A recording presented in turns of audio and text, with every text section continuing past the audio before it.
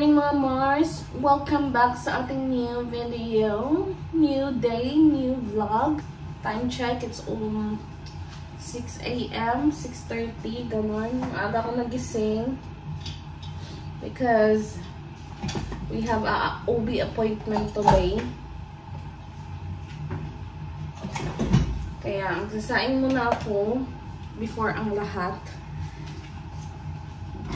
Para makakain ako before ang OB appointment ko. Kasi 9:30 yung OB appointment ko. So, ang sabi ng, ang sabi is dapat daw is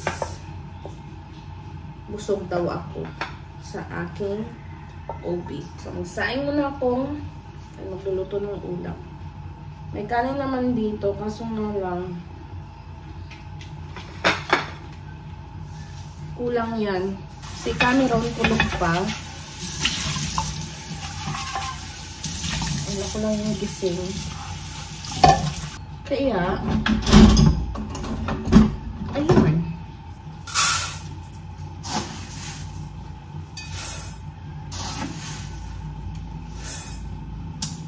Tatlo na isasaingin ko.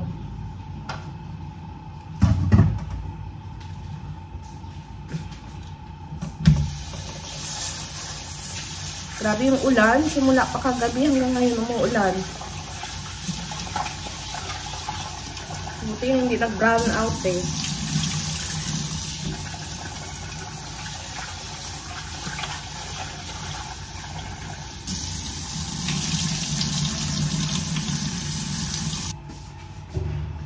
Looks like we made it.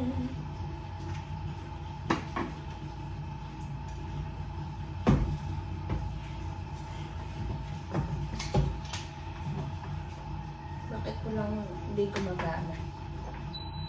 Ay, yun pala. Hindi pala nakasaksak ng mabuti sa likod.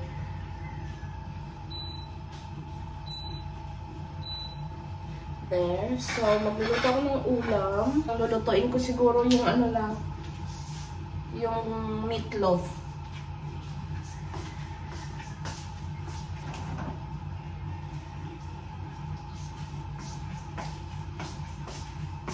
Ito, meatloaf with egg. Simplihan lang natin. Huwag na natin masyadong komplikado, no?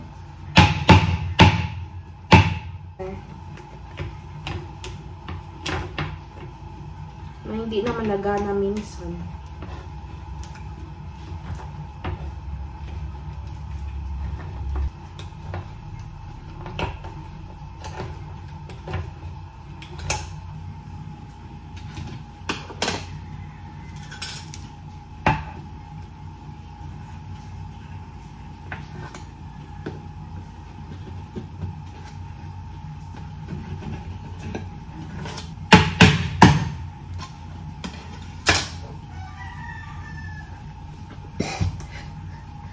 Yan yung technique, guys.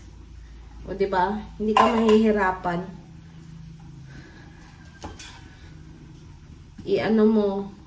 I-blow mo siya palabas. Pwede din naman na ilagay mo siya sa apoy. Kaso, malalasahan mo yung amoy ng ng lata.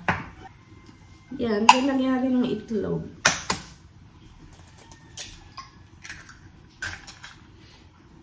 So, update kay Mr. guys. Medyo okay naman na siya. May konting ubo-ubo at sipon lang. Ako parang sumasakit yung lalamunan ko. Huwag naman sana. Ang hirap kaya mag-ubo tapos buntis. Kasi naranasan ko na yan. Lalo't na.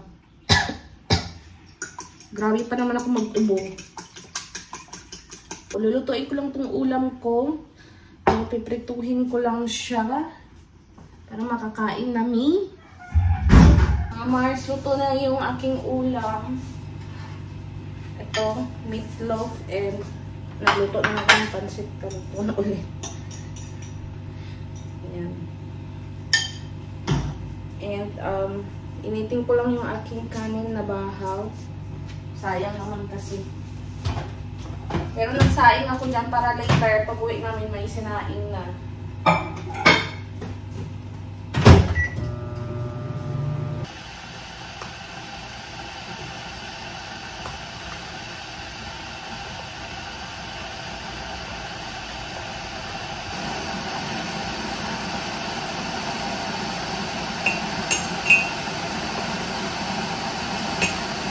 Kain tayo mga Mars. Ready na yung aking breakfast.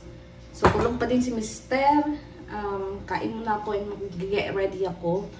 Yung ulam ko pang boarding house. Ready na ako. And, di ba nung nakaraan lang ako ng pa-ubi, like Monday, ngayon is Friday. So, it's like 4 days ago or 4 days ago lang. Or 5 days ago. Is it 4 days ago? Monday? So, 4 days ago lang ako nagpa-OB. The reason why magpapa-OB ako ngayon, kahapon pumunta rin kami ng OB. And ngayon, babalik ulit ako for ultrasound kasi nga, yung OB ko is wala siyang ultrasound. Basta kailangan pumunta ka pa ng ibang clinic para magpa-ultrasound. And, ayun, the reason why na pupunta kami ng OB ulit, kasi nga, kahapon, hindi ko naramdaman si baby. So, nagpanic ako, nag-overthink, ganun, overthink ng malala talaga. Kaya, yun, hindi ko na-feel si baby, that's why he went to the clinic or to my OB. So, chinat ko yung OB ko na unusual yung paggalaw ni baby. Usually kasi, sobrang maano niya, malikot niya. So, currently, I'm 33 weeks now, guys. Sobrang iba sa normal na ano, nung gabi pa lang yon. And then, nung kinaumagahan, hindi ko siya na-feel, guys, talaga. And, pinapakiramdaman ko, wala talaga. Nag-try akong kumain. After ko kumain, kasi usually, naggagalaw siya or kapag gutom ako. Tinry ko kumain. And, after ko kumain, nagkain ako ng chocolate, guys. Wala pa din. So, ang nangyari is, ayun, napaisip ako na i-chat ko yung OB ko. Sabi ko, Doc, ganito, ganyan. Hindi ko na-feel si baby. It's very unusual yung pag-move niya. Sabi ni Doc, punta ka na lang ng clinic. Sabi niya ganun, punta ka na lang dito sa clinic, i-check natin. So, pumunta kami ng clinic kahapon. And, ayun, chinek niya yung heartbeat ni baby. And then, everything is okay naman. And, to give, you know, a peace of mind lang para sa akin. Sabi ni Doc, bigyan niya ako ng request for ultrasound. So, that's why na alis kami ngayon ni Mister. Of course, Mister's gonna go as well. Pupunta kami ngayon doon. Umuulan pa nga eh. Hanggang ngayon umuulan. So hopefully everything is okay. Kahapon nakahinga naman ako ng maluwag-luwag na. Pero mas magiging kampante ako kung makikita ko si baby ng mas okay siya sa, you know. Just go back to OB again? No, just on the ultrasound. Mas magiging kampante ako kapag nakita ko na yung result. Pero kagabi, super magalaw naman niya. And, ayun. So, ngayon, nagbibihis na si Cameron. Yeah. 9:30 ang appointment namin. Maaga ako nagising. So, ito lang yung aking dress. This is from H&M. Dress is from H&M as well. Ayan. There you go. Alis na kami, guys, ni Mister. Bantay na kami ng tricycle. Hindi na kami magro-rosco kasi nga mahirap maghanap ng part doon sa sa may clinic. Dami kasi, mas priority kasi mga doktor doon eh, kaya hindi na kami mag-rosco. Mag-commit na lang kami, Mister. Let's go, guys.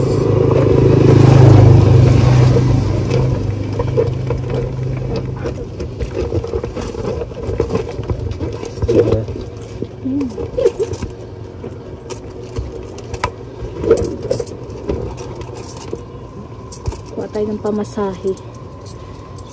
Guys, dito na kami sa Sonocare Ultrasound. Dito kami dati na.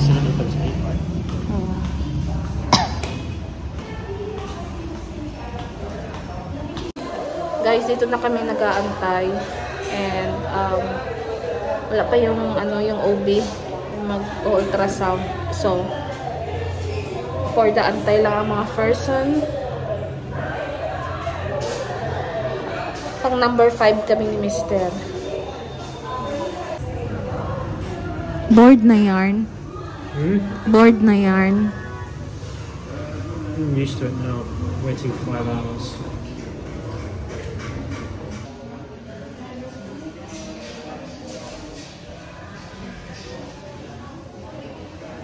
Guys, tapos na kami sa OB. And isasend ko pa ito sa OB ko. Tapos na kami mag-ultrasound. Send ko pa to sa OB ko yung result sa messenger para update niya ako kung ano yung result. And then, dito kami ngayon sa cafe. Gonna have a lunch date here in the cafe. Sandwich for lunch. You never get bored. Nobody had it for a time. Then, uwi din kami later pagkatapos nito.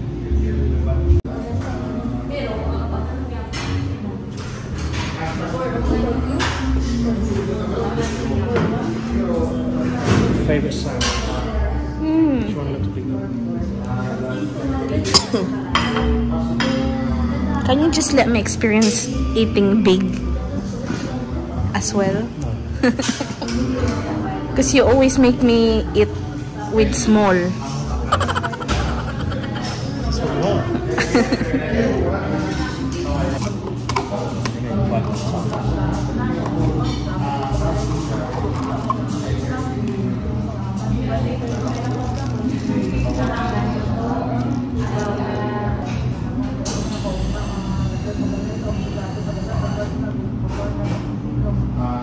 What if my mouth got locked?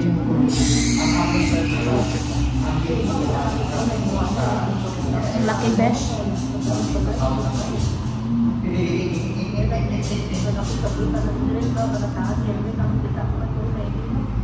Cheers.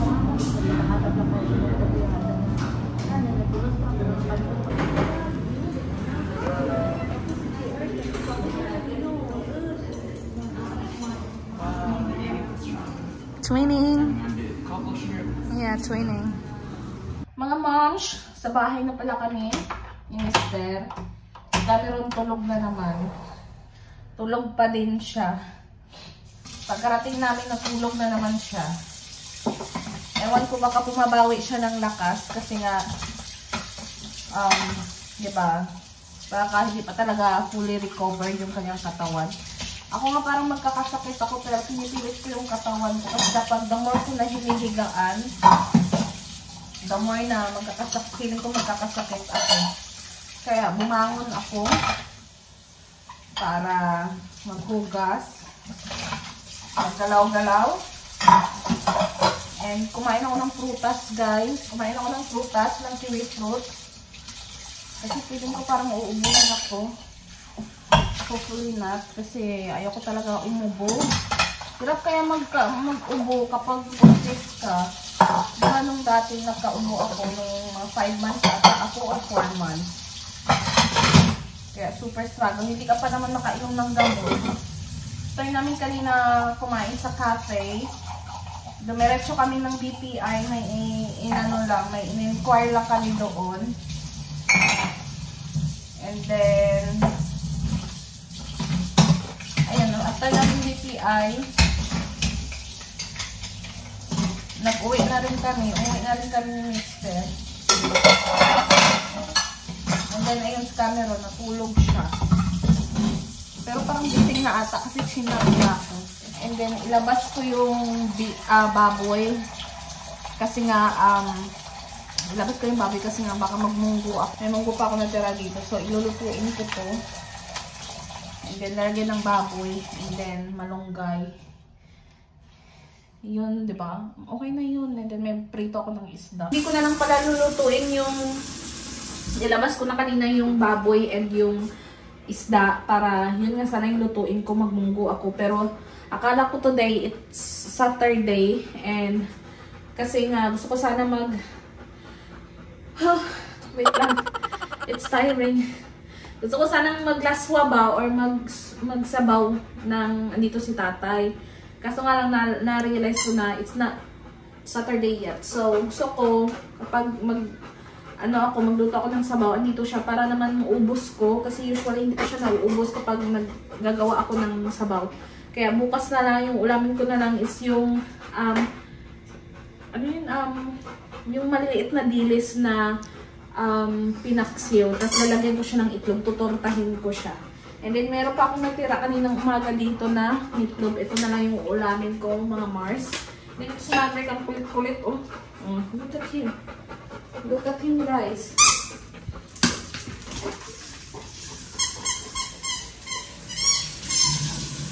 Guys, I'm feeling much better now before. It's just now I've only got, you know, like a blocked nose. But I have a feeling that tomorrow, 100% better again. Which is good because I've been sick all week, mostly. So now, yeah, I'm just gonna cook my pasta and then, yeah. Nabaliw na. Nabuang na. That's how you, the baby? Over naman yan.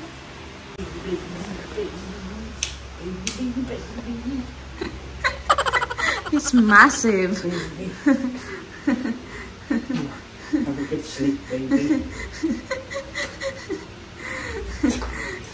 Update ko kayo sa result ng BPP ko or Biophysical Profile Test. You know? So, ayun na nga. Ito yung ayon sa kasulatan. So basically everything is fine, isn't it? Yeah. You're just being paranoid and scared everyone. So you didn't even paranoid. Yes, I mean you scared everyone. Well, you can't blame me because I'm a first-time mom. Yes. Diba? Siguro, kayo din siguro, mostly sa inyo, ganun yung na-feel nyo nung una. Siyempre, mapaparanoid ka talaga kasi nga, bigla na lang hindi gumalaw si baby. Lahat naman ginawa ko, I drink hot chocolate, kumain ako ng chocolate nung umaga na yun na hindi ko na si baby.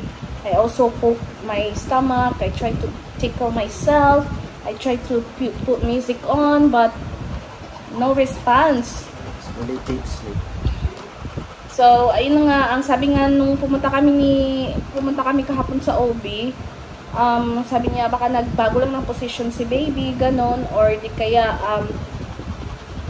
tulog lang si baby, that's why hindi siya gumalaw. Pero normally kasi after ko kumain talaga, gumagalaw talaga siya, and sa umaga gumagalaw talaga siya. So very very unusual talaga yung paggalaw niya yung galaw niya. Very unusual talaga na hindi siya gumalaw that time. So you can't blame me guys na ay yung reaction ko kaya napasugod kami sa OB. Pero better safe, 'di ba, than sorry, and better early than late, 'di ba? And yung ang sabi dito is yung aking biophysical profile score is 8 out of 8 naman. Yeah. Look, 8. 8 is the perfect score. 8 out of 8, and then the fetal heart of the baby is 160, and the weight of the baby is 1,820 grams. Last time na nagpa-BPP ako, last time na nagpa-BPP ako 2 weeks ago, pa si baby 1,600 something, but my OB said na I need to reach to, kapag nanganak ako or kapag pinanganak ko si baby, dapat ma-reach ko daw yung 2,000 something to 3,000 something grams yung weight ni baby, dapat ma-reach ko daw. And based naman sa sabi naman ni doc ng OB ko, si baby is tama lang naman yung kanyang weight sa edad niya. Kumbaga, very lang talaga, tamang-tama lang talaga, perfect na perfect yung kanyang weight sa edad niya.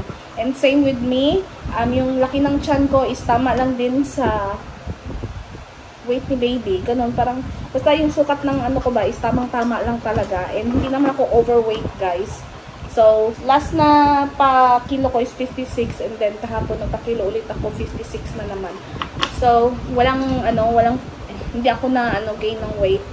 Hindi ako nag-gain ng weight. So, ayun. And then, yung kanyang position is cephalic. And, high-lying placenta si baby. Due date dito, November 10. Sa isang ultrasound, November 14. Depende sa ewan ko, paiba-iba yung ultrasound ng ang due date kapag nag-ultrasound ako. Ibang ultrasound, iba din yung due date. So, let's see kung kailan talaga lalabas si baby, no? So, currently, I am 33 weeks. Ngayon, everything is okay. And, pinaprank lang talaga kami ni baby. She's a prankster. Don't prank us now. Prank us when you get older.